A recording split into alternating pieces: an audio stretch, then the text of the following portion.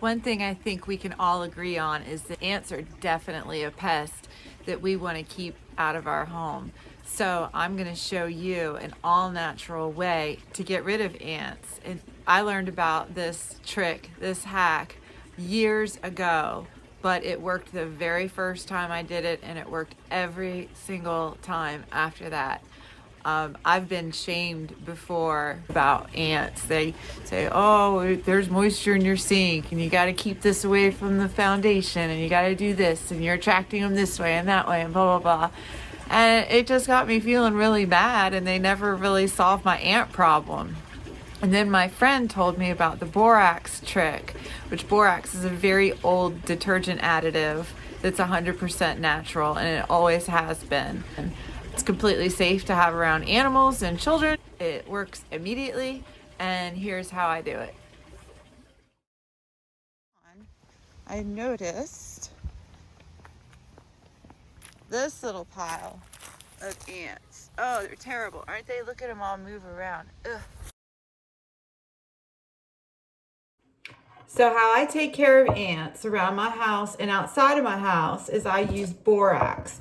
What borax does is once it gets into the ant system, it dehydrates them from the inside out, so their exoskeletons completely dry up. The great thing about borax is it's not harmful to any of us that don't have an exoskeleton, so that makes it the perfect thing to use for ants. So what attracts them at first is sugar. Everybody knows ants get the word out when there's sugar available. So what I do is I'll take equal parts of sugar and borax. So whichever one I have the least of, I'll measure that first so I don't run out. So I'm going to do a 1/3 cup of sugar, just granule sugar, and then it looks so much like it, a 1/3 cup of borax. So ants just zero in on the sugar. They don't even know to expect the borax.